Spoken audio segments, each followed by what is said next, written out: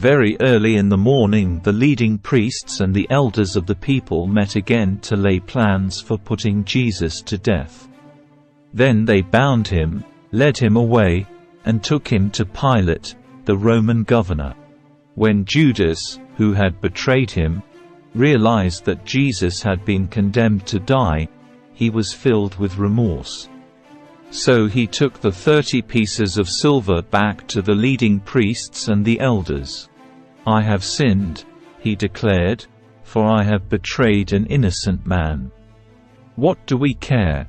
they retorted. "That's your problem." Then Judas threw the silver coins down in the temple and went out and hanged himself. The leading priests picked up the coins. "It wouldn't be right to put this money in the temple treasury," they said, since it was payment for murder. After some discussion they finally decided to buy the potter's field, and they made it into a cemetery for foreigners. That is why the field is still called the Field of Blood.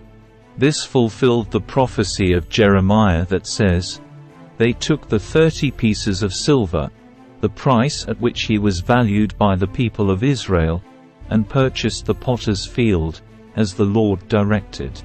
Now Jesus was standing before Pilate, the Roman governor. "Are you the king of the Jews?" the governor asked him. Jesus replied, "You have said it." But when the leading priests and the elders made their accusations against him, Jesus remained silent. "Don't you hear all these charges they are bringing against you?" Pilate demanded. But Jesus made no response to any of the charges, much to the governor's surprise. Now it was the governor's custom each year during the Passover celebration to release one prisoner to the crowd, anyone they wanted. This year there was a notorious prisoner, a man named Barabbas. As the crowds gathered before Pilate's house that morning, he asked them, "Which one do you want me to release to you, Barabbas, or Jesus who is called the Messiah?" He knew very well that the religious leaders had arrested Jesus out of envy. Just then, as Pilate was sitting on the judgment seat, his wife sent him this message, "Leave that innocent man alone. I suffered through a terrible nightmare about him last night." Meanwhile, the leading priests and the elders persuaded the crowd to ask for Barabbas to be released and for Jesus to be put to death. So the governor asked again, "Which of these two do you want me to release to you?" The crowd shouted back, "Barabbas." Pilate responded, "Then what should I do with Jesus who is called the Messiah?" They shouted back, "Crucify him." "Why?" Pilate demanded. "What crime has he committed?" But the mob roared even louder, "Crucify him."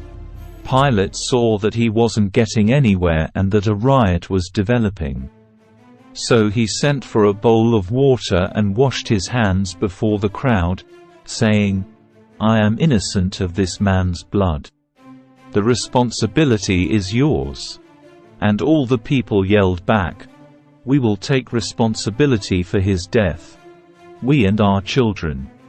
So Pilate released Barabbas to them. He ordered Jesus flogged with a lead-tipped whip, then turned him over to the Roman soldiers to be crucified.